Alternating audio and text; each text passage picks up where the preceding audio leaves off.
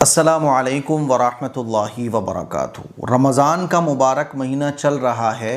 इस महीने में अल्लाह तबारक व तआला नेकियों का अजर व सवाब बढ़ा दिया करते हैं। एक फ़र्ज़ का सवाब 70 फ़र्ज़ों के बराबर और एक नफ़ल का सवाब फ़र्ज़ के बराबर। एक खजूर किसी रोज़ेदार को खिलाने पर रोज़ा रखने के बराबर सवाब। छोटे छोटे आमाल पर अल्लाह तबारक व तआला इतना अजर व सवाब अता फ़रमाता है कि हमारा नाम आमाल ही भर जाए। तो मेरे अज़ीज़ भाइयों, मेरी बहनों, ये रमज़ान का महीना अपने नाम आमाल को नेकियों से भरने का महीना है। इस महीने में हम अपने आप को खपाएं, अपने आप को थकाएं, इबादतों में अपना टाइम ज़्यादा से ज़्यादा खर्च करें और इबादतें करके रमज़ान के महीने में जन्नतों को लूट लें। जैसे आपने देखा होगा, सेल लगती है ना, तो सेल में बहुत महंगी महंगी चीज़ें भी कम दाम में मिल जाती हैं। रमज़ान का महीना ये जन्नत की सेल है। रमज़ान का महीना ये मग़फ़िरत पाने का बहुत आसान तरीक़ा है। रमज़ान का महीना अपनी आखरत को बनाने की अपॉर्चुनिटी है, गोल्डन अपॉर्चुनिटी है। रमज़ान का महीना अल्लाह तबारक व तआला उन्हीं बंदों को अता फ़रमाता है जिनसे अल्लाह मोहब्बत फ़रमाता है। आज मैं आप लोगों को नामे आमाल को नेकियों से भरने के 10 ऐसे काम बताने जा रहा हूँ जो हमें और आपको रमज़ान के महीने में ज़रूर करना चाहिए। इन 10 कामों को आप नोट कर लें और इन 10 कामों को रमज़ान के महीने में ज़रूर करें, क्योंकि ये 10 छोटे छोटे काम ऐसे हैं कि जिनको करने में वक्त बहुत थोड़ा लगेगा, लेकिन नेकियों से नामे आमाल आपका लबालब भर जाएगा। जन्नत पक्की हो जाएगी, आखिरत में नेकियों का पलड़ा भारी हो जाएगा। आइए जानते हैं वो 10 इबादतों के काम कौन कौन से हैं। नंबर 1, तहज्जुद। क्योंकि फ़र्ज़ नमाज़ों के बाद जो सबसे अज़ीमुश्शान नमाज है वो तहज्जुद की नमाज है। तहज्जुद की नमाज पैगंबरों पर फ़र्ज़ रही है और तहज्जुद की नमाज एक ऐसी नमाज है जिसके पढ़ने वाले पर अल्लाह को प्यार आता है। अल्लाह तबारक व तआला आसमान दुनिया पर आकर फरमाता है कोई मुझसे मांगने वाला, है कोई मुझसे तलब करने वाला, है कोई ज़रूरतमंद, है कोई मोहताज। और ये तहज्जुद के वक्त होता है। तहज्जुद की नमाज जो शख्स पढ़ता है, अल्लाह तबारक व तआला उसकी मग़फ़िरत फरमा देता है और उसको वो सब देता है जो उसने मांगा होता है। इसीलिए रमज़ान के महीने में तहज्जुद पढ़ना बहुत आसान है। रमज़ान के महीने में सहरी में आप उठ रहे हैं, थोड़ा सा पहले उठ जाओ, तहज्जुद आपकी मिस नहीं होना चाहिए। कैसे पढ़ी जाएगी इंशाअल्लाह इस पर एक अलग से मैं क्लिप बना के आपको समझाऊंगा। नंबर 2, तहज्जुद के वक्त कुरान पढ़ना। तहज्जुद के वक्त कुरान पढ़ना इसका अलग ही सवाब है। हुज़ूर अलैहिस्सलातु वस्सलाम तहज्जुद के वक्त और तहज्जुद की नमाज में भी लंबी लंबी सूरतें पढ़ा करते थे।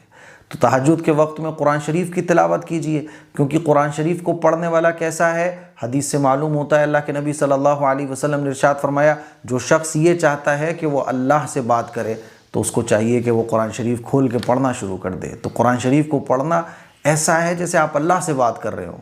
तो इमेजिन करके देखिए कि तहज्जुद के वक्त आप अल्लाह से बात करो, इसका फिर वो भी रमज़ान की रात, अल्लाह अकबर। इसीलिए तहज्जुद के वक्त थोड़ा बहुत कुरान शरीफ ज़रूर पढ़ने की आदत बनाएं। नंबर 3, इशराक की नमाज़। रमज़ान के महीने में इशराक की नमाज़ ज़रूर पढ़ें, क्योंकि इशराक की नमाज़ पढ़ने का जो सवाब है वो एक हज और उम्रे का है।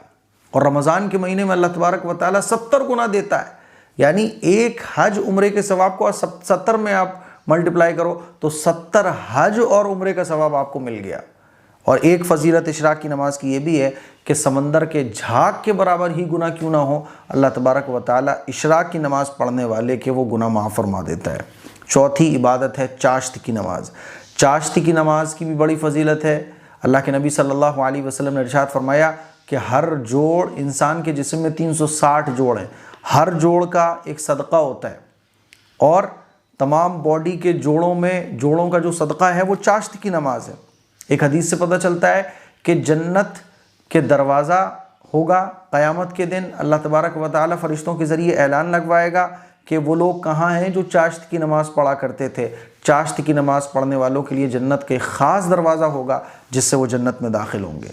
तो रमज़ान के महीने में चाश्त की नमाज़ ज़रूर पढ़िए। पाँचवीं इबादत है अव्वाबीन। अव्वाबीन की नमाज़ जो पढ़ता है उसको 12 साल इबादत करने का सवाब मिलता है और 12 साल को आप 70 में मल्टीप्लाई कर दो, दिमाग कि बत्ती गुल हो जाएगी, खोपड़ी घूम जाएगी।